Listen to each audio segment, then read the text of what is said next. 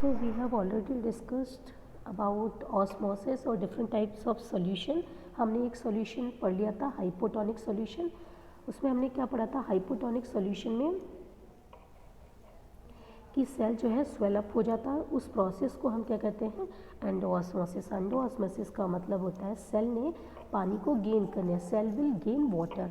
और इसी प्रोसेस को हम डीप्लाज्मोलाइसिस भी कहते हैं और साइटोलॉसिस भी कहते हैं, cytolysis. Now let us discuss about hypertonic solution. अब हाइपरटोनिक सॉल्यूशन में सेल जो है ऑलरेडी इनसाइड द सेल, जो सेल बहुत फुला हुआ है ऑलरेडी, तो इनसाइड सेल क्या है वाटर का कंसंट्रेशन हाई है, लेकिन आउटसाइड द सेल वाटर का कंसंट्रेशन बहुत कम है. तो जैसे ही हम सेल को पानी में डालेंगे, पानी का अमाउंट कम है क्योंकि लो वाटर कंसंट्रेशन है, तो सेल उसमें क्या हो जाएगा श्रिंक हो जाएगा. तो इस टाइप के सॉल्यूशन को हाइपरटोनिक सॉल्यूशन कहेंगे. And process is called exosmosis. Exosmosis means होता है कि सेल ने पानी को लूज कर दिया है. और this process is also called plasmolysis. Plasmolysis means shrink हो जाना साइटोप्लाज्म के अंदर due to the loss of water. In which type of solution? In hypertonic solution. Now let's talk about isotonic solution. Isotonic solution में inside solution मतलब inside water का concentration है ना outside the water का concentration same है. अंदर और बाहर सेम वाटर का कंसंट्रेशन है, तो सेल ना श्रिंक होगा ना स्वेल होगा. No net movement of water, ना वाटर गेन करेंगे ना वाटर लॉस करेंगे. And this process is called isotonic solution. इसमें दो टर्म्स है, एंडोसाइटोसिस एंड एक्सोसाइटोसिस. ये अमीबा का डायग्राम है. अमीबा क्या है? एक सिंगल सेल्ड ऑर्गेनिज्म है और इसके बाहर एक मेम्ब्रेन है जिसे कहते हैं हम सेल मेम्ब्रेन और प्लाज्मा मेम्ब्रेन. ये क्या करता है? फ्लैक्सिबिलिटी प्रोवाइड कराता है सेल को. We have already discuss. Cell को फ्लैक्सिबिलिटी प्रोवाइड कराता है. तो जैसे ये बाहर फूड मटेरियल है, अब अमीबा क्या करेगा अपने स्यूडोपोडिया, ये इसके फीट होते हैं फॉल्स फीट, इसकी मदद से फूड को इनगल्फ करेगा. जब फूड को इनगल्फ करेगा उस प्रोसेस को एंडोसाइटोसिस कहेंगे. जब फूड को रिमूव करेंगे उस प्रोसेस को एक्सोसाइटोसिस कहेंगे.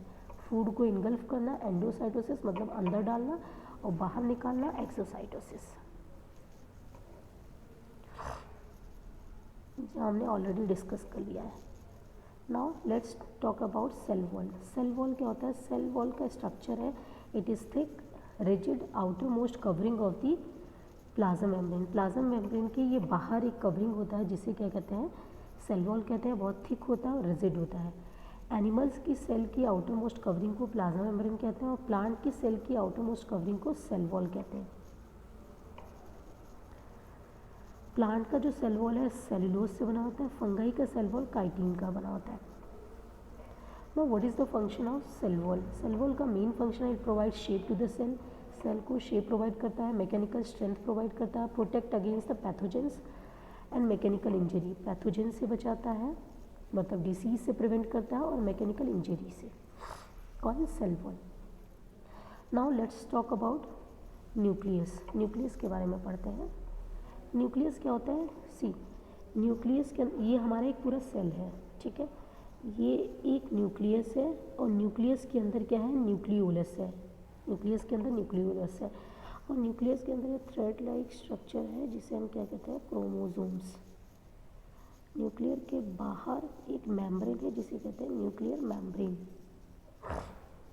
और न्यूक्लियस के बाहर छोटे छोटे पोर्स प्रेजेंट है जिसे कहते हैं न्यूक्लियर पोर्स. ये न्यूक्लियोलस जो होता है रिच होता है आरएनए एंड प्रोटीन में. नाउ ये तो स्ट्रक्चर था न्यूक्लियस का. जैसे इसको और अच्छे से डिफाइन करते हैं. मान लीजिए कोई एक सेल है, ठीक है. इस सेल के अंदर क्या प्रेजेंट है? न्यूक्लियस. और इस न्यूक्लियस के इनसाइड में क्या प्रेजेंट है? क्रोमोसोम्स. और क्रोमोसोम के इनसाइड में क्या प्रेजेंट है? डीएनए. और डीएनए के छोटे छोटे सेगमेंट्स को क्या कहते हैं? जीन. और जीन के इनसाइड में क्या है? हेरिडिटी करेक्टर है जो ट्रांसफ़र होता है फ्रॉम पेरेंट्स से ऑफस्प्रिंग में. जैसे एक बता रखा है, ये आपको डायग्राम बता रखा है, एक्सप्लेन कर रखा है. Now let's discuss about structure of nucleus. Nucleus is covered with a double layered membrane. जो न्यूक्लियस होता है उसकी लेयर कैसी होती है? डबल लेयर मेम्ब्रेन होता है जिसे हम न्यूक्लियर मेम्ब्रेन कहते हैं. न्यूक्लियस के अंदर बहुत सारे पोर्स प्रेजेंट होते हैं जिसे न्यूक्लियर पोर्स कहते हैं, जिसका क्या फंक्शन है? It allow the transport of material outside the nucleus. मतलब मटेरियल को ट्रांसपोर्ट करने में हेल्प करता है. न्यूक्लियस के बाहर। Then nucleus contain a rod shaped structures called chromosomes. Functional segment of DNA, जिसे हम क्या कहते हैं, gene. If the cell is not visible, अगर सेल विजिबल नहीं होगा तो डीएनए किस फॉर्म में होता है, क्रोमेटिन के फॉर्म में होता है। Now function of nucleus. Nucleus play a very important role in reproduction. Nucleus जो है सो बहुत इंपॉर्टेंट रोल प्ले करता है रिप्रोडक्शन में, क्योंकि आपने अभी देखा, हमने क्या पढ़ा, न्यूक्लियस के अंदर न्यूक्लियोलस, और न्यूक्लियस के अंदर क्रोमोसोम्स के अंदर डीएनए के अंदर जीन, और जीन के अंदर क्या होता है, हेरिडिटी कैरेक्टर्स होते हैं जो पेरेंट्स से ऑफस्प्रिंग में ट्रांसपोर्ट होता है। नाउ क्रोमोसोम्स क्या होते हैं, they are the thread like structures present in the nucleus which carries the genetic material, जिसे हम कहते हैं DNA, from one generation to another generation. Now let us discuss about prokaryotic cells and eukaryotic cells. Prokaryotic cells, pro means false, karyotic means nucleus, जिसके पास false nucleus हो उसे हम prokaryotic कहते हैं। You means true, karyotic means nucleus, जिसके पास true nucleus हो हम उसे यूकैरियोटिक न्यूक्लियस कहते हैं। नाउ इसके बीच में डिफ्रेंशिएशन थोड़ा सा लर्न कर लेते हैं। Nucleus is undefined and is called nucleoid. Nucleus is well defined by a nuclear membrane. इसमें न्यूक्लियस अच्छे से डिफाइन नहीं होता, इसमें न्यूक्लियस डिफाइन होता है।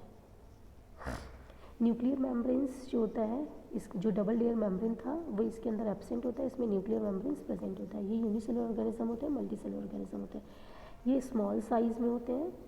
Prokaryotes are small in size, 1 से लेके 10 माइक्रोमीटर इनकी साइज़ होती है, और ये इनकी साइज़ लार्ज होती है 5 से 100 माइक्रोमीटर। प्रोकैरियोट्स में आप एग्जांपल दे सकते हैं ऑल बैक्टीरियाज, एंड यूकैरियोट्स में fungi, plants, animals and human beings. Prokaryotes के अंदर वैक्यूल्स एंड माइटोसिस एब्सेंट होता है, इसके अंदर प्रेजेंट होता है। ये डायग्राम है। Now let us discuss about cytoplasm. Cytoplasm क्या है? It is a fluid content present inside the plasma membranes and outside the nucleus. ये एक फ्लूइड कंटेंट होता है जो प्लाज्मा मेम्ब्रेन के अंदर होता है, nucleus and outside the nucleus. Now let us discuss about different types of cell organelles. Cell organelles are the living components. These are specialized membrane bound part of the cell present in cytoplasm. तो ये क्या होता है, एक living component होता है जिसमें सारे के सारे सेल ऑर्गेनेल्स साइटोप्लाज्म के अंदर प्रेजेंट होता है। क्या फंक्शन होता है सेल ऑर्गेनेल्स का? मेनली ये क्रिएट करता है न्यू मटेरियल को इनसाइड द सेल्स, रिमूव करता है वेस्ट मटेरियल को, and movement of protein within the cell. Next topic we will discuss in next class.